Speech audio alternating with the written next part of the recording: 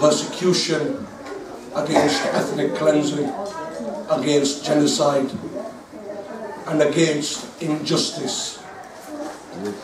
We also stand united and in solidarity with the thousands of people who are demonstrating in London as we speak here today.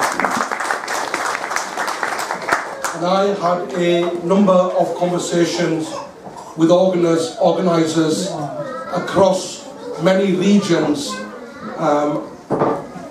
who are at the London rally now, and I was asked as a lead speaker at the London rally, but by that time this meeting had already been organised, and therefore my constituency has the largest number of Rohingya brothers and sisters anywhere all across Europe, and I thought it was important to show that solidarity from Bradford today. And that's why I thought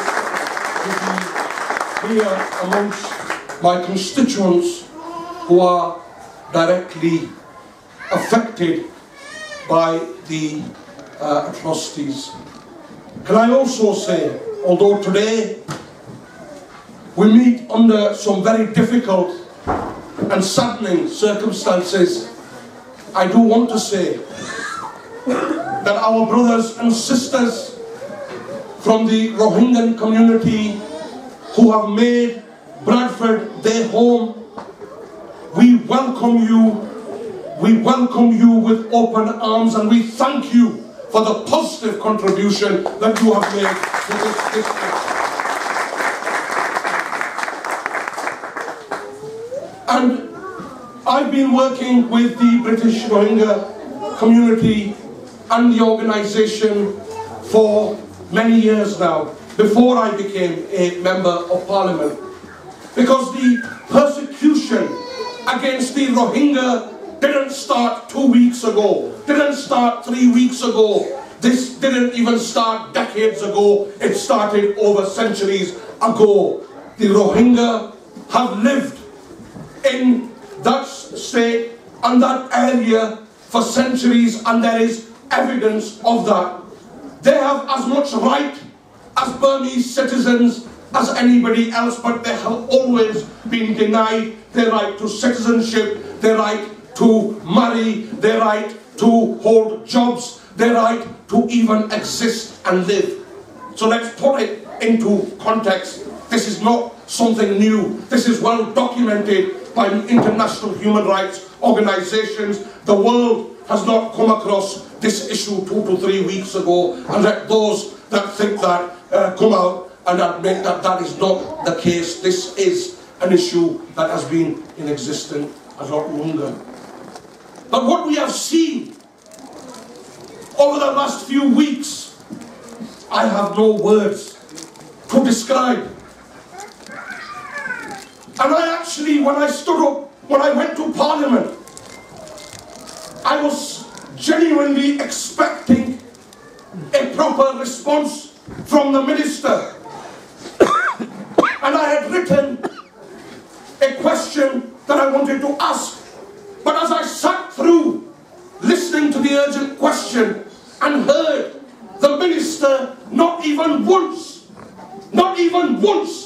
condemn the ethnic cleansing, condemn the genocide, condemn this grave crime in humanity, I had to then stand up for the record, and ask him, why, Minister, do you not use this opportunity to condemn this grave crime against humanity?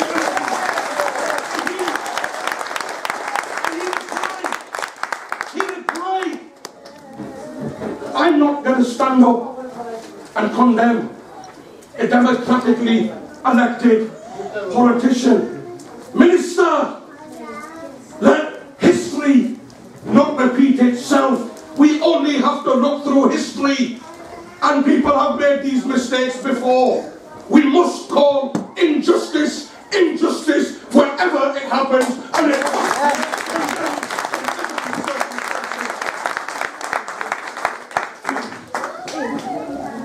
and talk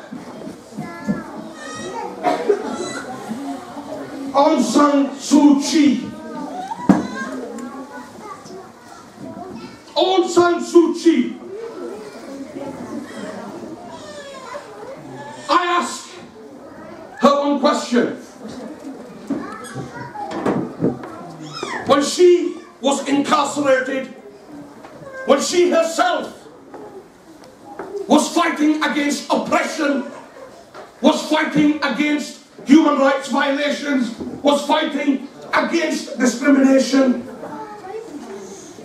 amongst the first people to ask for her immediate release, amongst her biggest campaigners, were the Rohingya community themselves. And today, the deafening silence,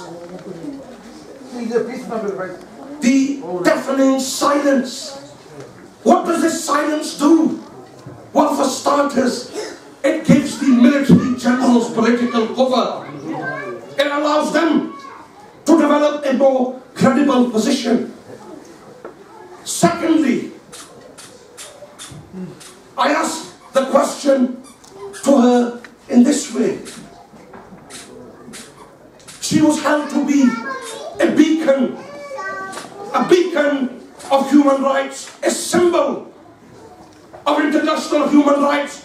Miss Suu Kyi, do the Rohingya community not fit within your equation of human rights? Is that what it is? You want to exclude them and allow it for everybody else?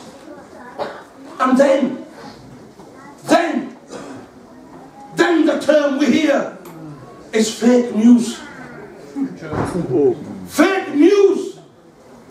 Are the thousands of people drowning and being washed up on the shores fake news? Are the women, men, children being butchered, slaughtered, murdered, raped, persecuted fake news? Are the hundreds of thousands of refugees on the borders of Bangladesh in no man's land, is that fake news? Allah. And I say to the international community, let us not be passive on this. Let us not, and I plead to the UK government, let us not be passive on this. You know, there is a viewpoint developing, and I support, let me be clear, I support the democratic transition that's happening in Burma. We all support that. We want it to move. The Rohingya community themselves are the first to support that. That's why they campaigned for you on San Suu Kyi. That's why they campaigned for you.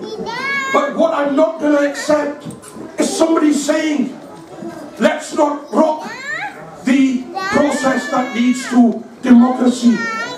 Let's not rock that, but at the same time, don't you see the rocking boats with the refugees in them? Don't you see how lives are being rocked? How can we turn a blind eye to that? Please, I say to the international community, let's not be passive.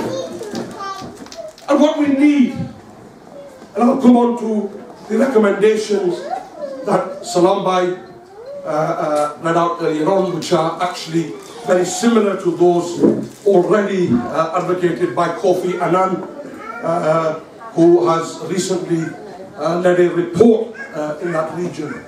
But the other issue that hasn't received much attention here today and equally internationally is this. At this moment in time, there are over 280,000 refugees, 280,000 people who have no food, no shelter. They are living in conditions where many are dying through disease. Mental health is rife. And why? Why are the international aid agencies being denied access to these people? A report this morning said £60 million is needed immediately just to ensure that the basics, the 60,000 emergency shelters, the food parcels, the water, the medical specialists, these things, That's what's needed straight away, and the situation will worsen.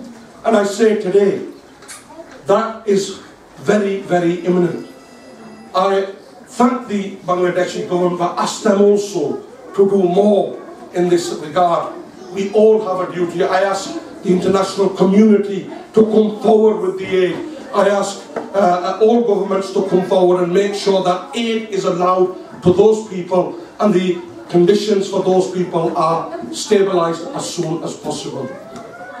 Coming back to the thing, my demand has been and will continue to be the grave crime against humanity which is being committed must be stopped immediately. Aid and international aid organisations must be allowed into that region immediately. Any supporting or training of the Burmese military must stop immediately. The international aid that we give to Burma, which I support in its road to transition to democracy, must stop until this violence is stopped. And we must, the international community must stand up, because injustice must be injustice wherever it is committed. And the international community must stand up, be united in that call. I promise you, as a humble servant of this district, I have fought against injustice anywhere. Nobody will shut my mouth. I will fight and I will continue to